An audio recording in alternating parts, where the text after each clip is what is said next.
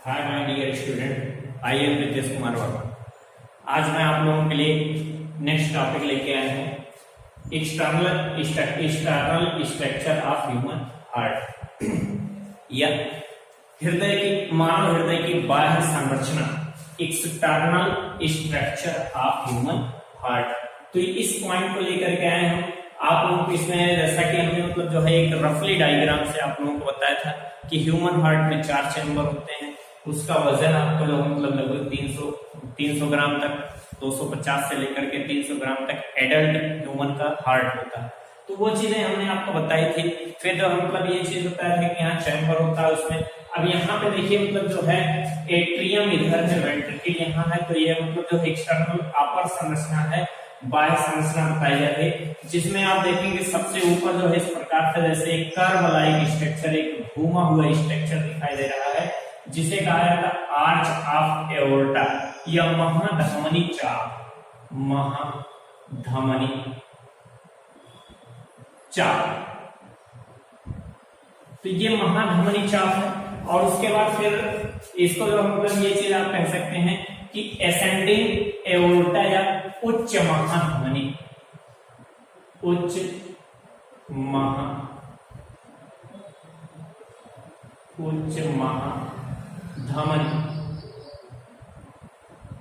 तो ये उच्च महाधमनी, इधर इसी के नीचे आप देखेंगे यहाँ पे डिसेंडिंग एओर्टा दिया गया है, निम्न महाधमनी, निम्न महाधमनी। तो ये जो है उच्च और निम्न महाधमनी होती है। जो एक महाधमनी जो है हमारे हार्ट के ऊपरी भाग में रुधिर को लेके जाता है, उच्च वाली, और निम्न वाली हार्ट से यानी हृदय से नीचे के भाग में रुधिर को लेके जाता है। इस प्रकार से 2 प्रकार से उच्च महाधमनी और निम्न महाधमनी। आपको यहाँ पे मिल रहा है पल्मोनरी आर्टरी या जो है फुफ्फुस धमनी, फुफ्फुस धमनी।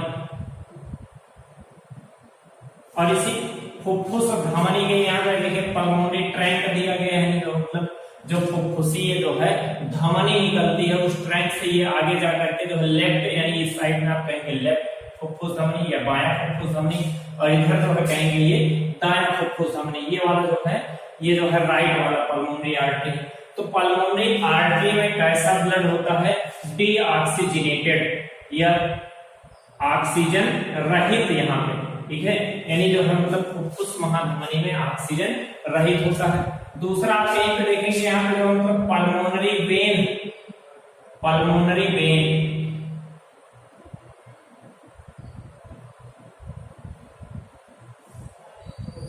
पल्मोनरी वेन या जैसे आप कह सकते हैं फुफ्फुस सिरा,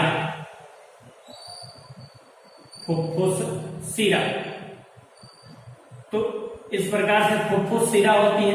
फुफ्फुस सिराओं में क्या होता है कि यहाँ पे जैसे जितनी भी धमनियां हैं, आप ये चीज अभी आगे हम आपको बताएंगे, क्लियर करेंगे धमनी और सिरा। तो फुफ्फुस सिरा में आप कहिएगा मतलब ये जानिएगा कि इसमें ऑक्सीजन युक्त या ऑक्सीजनेटेड ब्लड जो होता है वो फुफ्फुस सिरा में होता है। कार्डियक वेन जो होती है यानी हृदय से जो मतलब जैसे हृदय को भी ब्लड चाहिए, या जो है हृदय सिरा होती है, हृदय शिराएं, या जो हृदय से रुधिर को लेकर के जो है वापस जाती है, हृदय को भी तो रुधिर चाहिए, तो हृदय से रुधिर को लेकर के जाने वाली जो है वाहिनियों को, वेसल्स को जो है कार्डियक वेन कहा जाता है। और हृदय को ब्लड देने वाले जो धमनी होती है उन्हें कहा जाता है कार्डियक कोरोनरी आर्टरी या हृदय धमनी, हृदय धमनी।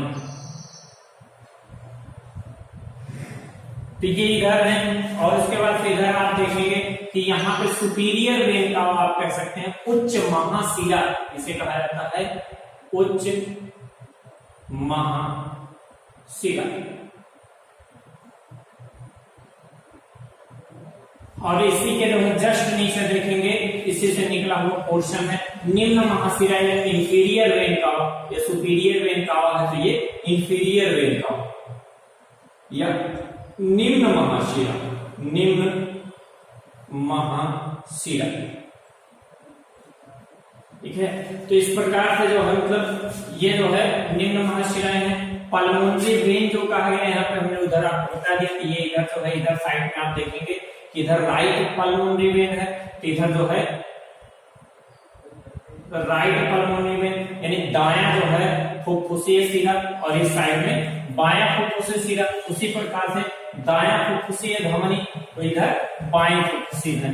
तो इस प्रकार से मतलब जो है ये संरचनाएं होती हैं हमारे जो है हृदय की बाह्य संरचना है, जिसमें आप ये चीज देखेंगे। हमने आपको कहा था कि हम फंक्शन आपको बताएंगे कि फंक्शन किस प्रकार से होता है। जैसे आप एक आर्टिफिशियल हार्ट आप समझ लीजिए, कहाँ पे बताएं, यहाँ यहीं पे समझ लीजिए। एक जो मान लीजिए कि मतलब जो है ये हार्ट है हमारा 4 चैम्बर वाला, 4 चैम्बर का ये हार्ट है। और यहां से हमने बताया था कि जो है एक वाल्व होती है जिसे यहाँ पे ट्राइकस्पिड वाल्व, इधर जो है त्रिवर्णी कपाट या ट्राइकस्पिड वाल्व, और इधर जो है बाइकस्पिड वाल्व। ये इसी को हम मिट्रल वाल्व कहा जाता है। ये वाला हमारा जो है अलिंद है, ये एट्रियम, इसको हम कह सकते हैं मतलब जो है LA लेफ्ट एट्रियम या बायां अलिंद, इसको कह सकते हैं RA राइट एट्रियम दायां अलिंद, RV राइट वेंट्रिकल और LV यानी लेफ्ट वेंट्रिकल। ठीक है, तो इस प्रकार से ये हृदय की स्थिति है।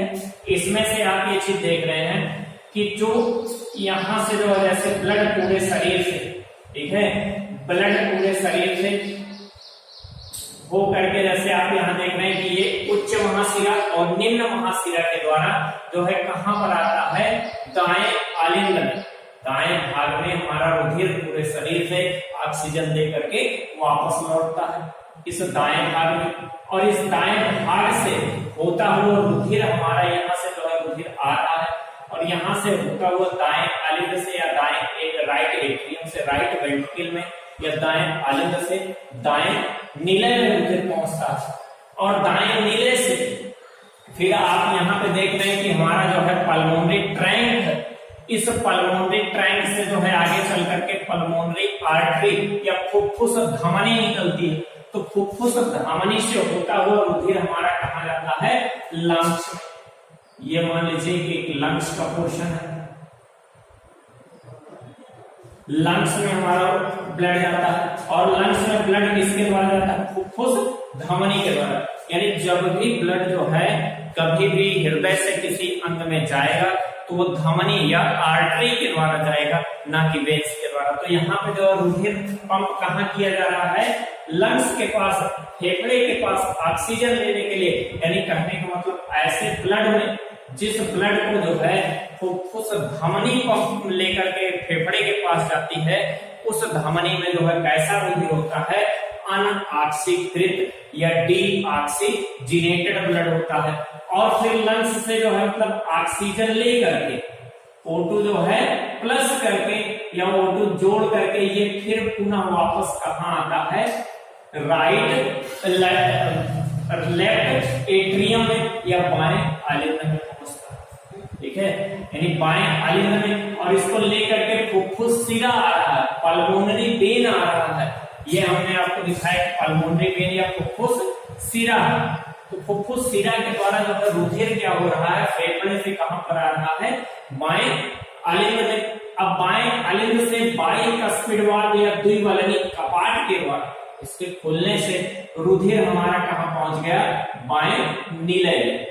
ठीक है, अब बाएं नीले में जब पहुंचता है तो इस बाएं नीले से आप ये देख रहे हैं कि मतलब जो है असेंडिंग एओर्टा या जो है डिसेंडिंग एओर्टा, यानी एओर्टा के थ्रू, धमनी के थ्रू, उच्च महा धमनी के थ्रू जो है रुधिर क्या होता है, हृदय के लिए, पूरे शरीर के लिए पंप किया जाता है। ठीक है, यानी इस प्रकार से आप ये चीज देखेंगे कि यहाँ से जो है मतलब हृदय से एक बार लंग्स और लंग्स से एक बार जो है हृदय तक, यानी हार्ट से लंग्स, लंग्स टू हार्ट तक, एक साइकिल आपका ये हो गया, एक चक्र ये हो गया, और दूसरा पूरे मतलब जो है हृदय से पूरे शरीर में, बॉडी में, पूरी बॉडी में जा रहा है, और पूरी बॉडी से वापस जो है कहां पर आ रहा है, पूरी बॉडी से वापस कहां आ रहा है, हृदय के पास। यानी दूसरा चक्र हमारा या दूसरी साइकिल हमारी ये हो गई। यानी इस प्रकार से मानव के शरीर में डबल सर्कुलेशन पाया जाता है या द्विपरिसंचरण तंत्र पाया जाता है। ठीक है, तो ये कंडीशन आपका जो मतलब हृदय की क्रिया विधि थी। ठीक है, ये चीजें जो मतलब आप लोगों को नहीं समझ में आएगी, थोड़ा सा आप अपने बुक में देखिएगा। यदि नहीं समझ में आता तो कमेंट करिए, हमें जो मतलब बताइए कि किस पॉइंट पे आपको समझ में नहीं आता, तो हम जो है आप लोगों को बताएंगे। तो इस प्रकार से मतलब जो हमने शॉर्ट फॉर्म में ये चीजें बताई थी। और दूसरी चीज कि अगर हम जो है आर्टरी के बारे में देखें, ठीक है, अगला पॉइंट हमारा था जो है ब्लड वेसल्स या जो है रुधिर वाहिनियां। रुधिर वाहिनियों में आपको पहला स्थान पर आप कह सकते हैं आर्टरी। आर्टरी या धमनियां जो होती है, धमनी की स्थिति क्या होती है, ये बॉडी में जो है मतलब डीप में स्थित होती है, गहराई में स्थित होती है, पहली बात ये होगी। दूसरी चीज इनका जो वाल होता है, जो इनके ऊपर का, जैसे ये मान लीजिए कि धमनी का जो वाल है, तो इनका वाल जो होगा ये बहुत ही मोटा होगा, बहुत अधिकतम पेशियों से जो है जुड़ करके ये वाल बना होगा। ठीक है, ये वाल जो है अधिकतम पेशियों से जुड़ करके बना होगा, वाल मोटा होता है। ठीक है, इस प्रकार से वाल जो है मोटा हो जाएगा, और वाल के मोटे होने से इसके अंदर का जो स्थान होगा वो संकरा हो जाएगा। अगला पॉइंट क्या है कि धमनियों में बीच बीच में कहीं पर भी वाल नहीं पाया जाता है, यानी वाल भैया ऐसा ना हो कि रुधिर जो है रुक रुक करके जाए। तो इस प्रकार से ये सब चीजें होती है। और धमनी में, सभी धमनी में सिर्फ पल्मोनरी आर्टरी या जो है आप ये कह सकते हैं फुफ्फुस और धमनी को छोड़ करके बाकी सभी धमनियों में कैसा होता है, ऑक्सीजनेटेड,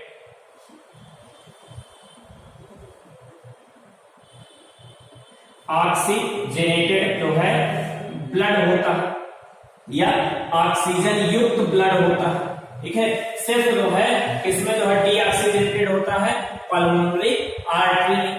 दूसरी चीज अगर दूसरे हम बात करें जो है हमारी वेन्स जो होती है, वेन्स या जिसे जो सिरा कहा जाता है, सिरा, तो सिराओं का जो वाल होता है वो पतला होता है। ठीक है, धमनियों की अपेक्षा पतली वाल वाली होती है। इनमें जो है अधिकतम स्थान होता है ब्लड के बहने का। दूसरी चीज रुधिर जो है धमनी की अपेक्षा या आर्टरी के जो है सापेक्ष आप कहें तो धमनियों जो सिराओं में होता है, धमनियों के सापेक्ष जो सिराओं में रुधिर जो है कम प्रेशर से बहता है, कम दाब से बहता है। दूसरी चीज इनके बीच बीच में वाल्व पाए जाते हैं, बीच बीच में क्या पाए जाते हैं, वाल्व होते हैं, और इस वाल्व के कारण ब्लड इसमें रुक रुक करके बहता है।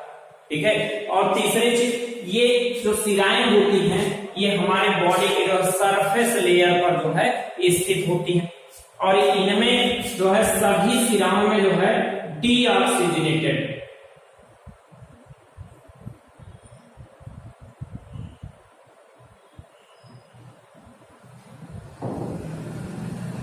डीऑक्सीजनेटेड या ऑक्सीजन रहित रुधिर बहता है। सिर्फ आप कह सकते हैं कि जो है पल्मोनरी वेन को छोड़ करके या फुफ्फुस सिरा को छोड़ करके, फुफ्फुस सिरा में जो है ऑक्सीजनेटेड रुधिर होता है या ऑक्सीजन युक्त रुधिर बहता है, और फुफ्फुस धमनी में ऑक्सीजन रहित रुधिर होता है। उसी प्रकार से जो मतलब यहाँ पे आप कहेंगे सभी धमनियों में जो है शुद्ध रुधिर होता है, और सभी जो मतलब सभी सिराओं में अशुद्ध रुधिर होता है, सिर्फ केवल एक को छोड़ करके फुफ्फुस सिरा। तीसरा आपको कहते हैं कैपिलरी या केशिकाएं। केशिकाएं,